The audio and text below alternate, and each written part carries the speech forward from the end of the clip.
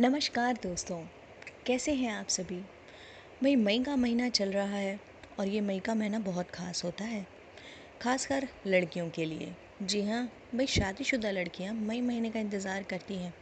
पूरा साल ससुराल में अपनी जिम्मेदारियां निभाते गर्मी के इस महीने में अपने मायके जाने की राह तकती रहती हैं। फिर मायके का मोह इतना होता है कि लगता है कब मई महीना आए, कब हमारी टिकटें कंफर्म हो और कब हम बिल्कुल यहाँ से छू मंतर हो जाएं। फिर से एक बहू एक बेटी बन जाती है और अपने मायके में वही सारे दिन बिताती है जैसे शादी के पहले बिताती थी। ना रात में दही जमाने की चिंता, ना सुबह उठकर चाय का पतीला लगाना। खाने में क्या बनेगा इसकी कोई फिक्र नहीं। बस मम्मी पापा का प्यार, भाई भाभी के साथ मज़ा मस्ती, यही सब। लेकिन ये 2020 कुछ अजीब ही हो गया। कोई मायके नहीं जा पा रहा, लेकिन यादें तो हम कर ही लेते हैं। चलिए तो फिर से मायके की यादों में आपको लिए चलती हूँ। कहानी का नाम है मामा का घर।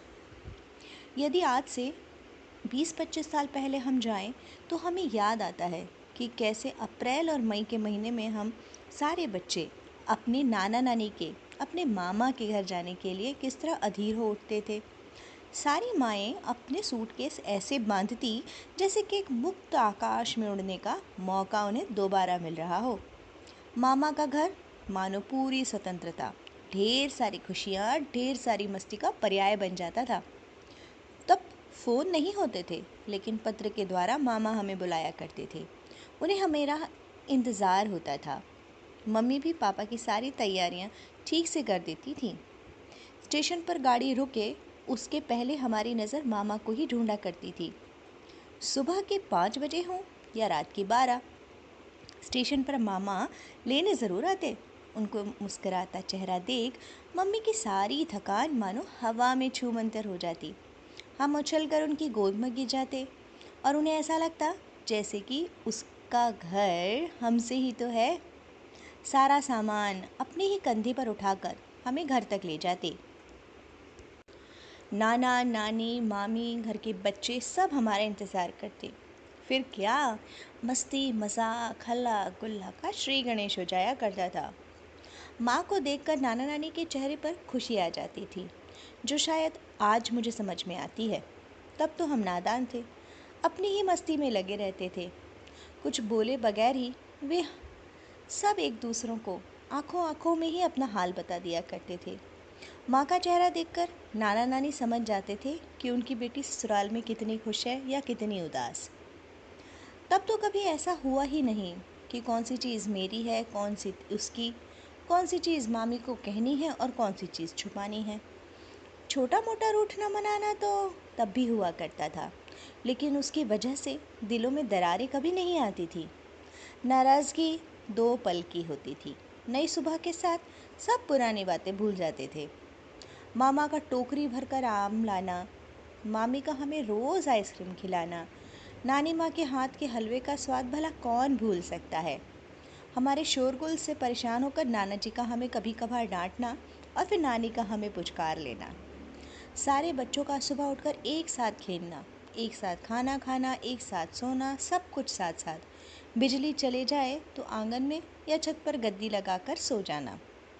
ना कोई नखरे, ना कोई शिकायतें, ना कोई बड़ी बड़ी फरमाइशें करता। तब तो मॉल भी नहीं हुआ करते थे, मल्टीप्लेक्सेस भी नहीं, ना ही गेम जोन। तब हुआ करता था सांप सीढ़ी, ludo, cricket, gilli danda, carrom, कंचे, लगोरी, खो खो और न जाने कितने सारे खेल। कुछ खेल तो ऐसे थे जिनका नाम ही नहीं होता था, बस यूं ही खेला करते थे। आज भी आती है मुझे उस टन टन करती हुई कुल्फ़ी वाले की याद। लाल कपड़े को ढककर मटके में ढेर सारी कुल्फ़ी रखा करता था और सारे बच्चों का घर से एक साथ बाहर आना और चिल्लाना, कुल्फ़ी वाला आया, कुल्फ़ी वाला आया। 1 या 2 रुपए की ही कुल्फ़ी आया करती थी, जिसे एक आइसक्रीम स्टिक लगी हुई होती थी, पर स्वाद इतना होता था कि आज भी वह स्वाद सभी की ज़ुबान पर होगा। बच्चों की लड़ाई में कभी मम्मी बीच में आई नहीं। सभी ने कहा सब मिलकर खेलो। शायद कोई तीसरा दूर से देखे तो पता ही नहीं चलता था कि किसका बच्चा कौन है। सारे एक से कपड़े पहनते थे, कभी मौसी के साथ तो कभी मम्मी के साथ, कभी मामी के साथ सब दिखाई पड़ते थे। कोई गलती करे तो जो भी हो उसे डांट लगा देता था। मामा के साथ सर्कस और मेले में जाना, कलाबाजियाँ देख खूब तालियां बजाना, मेले में झूलना झूलना, और फिर याद है बंदूक से बलून फोड़ना। गर्मियाँ हो और आम ना हो, ऐसा कैसे हो सकता है। आपको याद आता होगा वो आम का खट्टा मीठा अचार। आम के अचार को बड़ी बड़ी बर्नियों में भरती थी नानी। पापड़ तो इतने सारे बनाए जाते थे कि मानो पापड़ की फैक्ट्री ही खुल गई हो। एक अलग ही कमरा बना दिया जाता था इन सब काम के लिए। हम 2 सूटकेस लेकर जाते थे, लेकिन वापस जब आते तो 5 से 6 सूटकेस हो जाते थे। आज मामा के घर की जगह शायद दूसरे बड़े बड़े दर्शनीय स्थलों ने ले ली। बड़े बड़े शहरों में घूमने जाने की योजना बनाई जाती है। देश विदेश के अच्छे से अच्छे होटलों में बुकिंग कराई जाती है। 2-3 महीने पहले से ही वेकेशन की तैयारी हो जाती है। ऐसा नहीं है कि इस तरह घूमना अच्छा नहीं लगता। बेशक नई जगह देखना किसे नहीं पसंद। अच्छे होटलों में रहना, अच्छा खाना खाना, अच्छी अच्छी तस्वीरें लेना हर किसी के मन को भाता है। लेकिन क्या होटल में आपको नानी के हाथ का हलवा मिल सकता है? या कोई होटल वाला आपको ऐसे स्वागत करेगा जैसे आपके मामा करते हैं? क्या कोई ऐसी जगह होगी जहां आप बेफिक्र होकर मस्ती कर सकते हैं? क्या आप मोबाइल के बिना अपना वेकेशन बिता सकते हैं?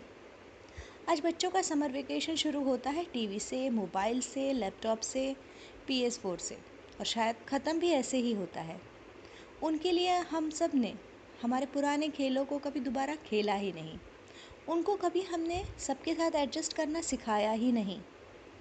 हम अक्सर शिकायत करते हैं कि बच्चे इलेक्ट्रॉनिक उपकरणों से चिपके रहते हैं, तो चलिए उनको भी हम हमारे खेल सिखाएं।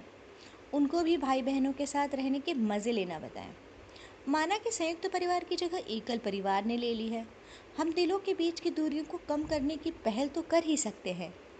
मनमुटाव छोड़ बच्चों की खुशी के लिए क्या हम अपना अहम दरकिनार नहीं कर सकते? मामा के घर का मज़ा बच्चों को खुले मन से लेने का मौका नहीं दे सकते? ननद भी अपनी भाभी से दिल से मिले, बहनें भी आपस में प्यार से रहें। पूरा साल तो हम अपने अपने घरों में अपने हिसाब से रहते हैं, लेकिन गर्मियों की छुट्टी में हम वही पुराने मौज मस्ती के साथ बिताएं। भाई भाई भी अपने बीच की दूरियां दूर करके ससुराल से आई बहन और उनके बच्चों को प्यार से रखे। मामा का घर का पर्याय कभी भी कोई होटल नहीं ले सकता। तो दोस्तों, कैसी लगी ये? इसे कहानी तो नहीं कहूँगी, बस दिल की बात थी, आपके साथ साझा की। आप भी बताइएगा कैसा था आपके मामा का घर, या आप यदि खुद मामा या मामी हैं तो आप बताइए कैसा लगता है जब घर की बेटियां मायके आती हैं। तो चलिए, अभी मैं आपसे विदा लेती हूँ। दोबारा मिलती हूँ एक नई कहानी के साथ। तब तक खुश रहिए, एंजॉय कीजिए। बाय।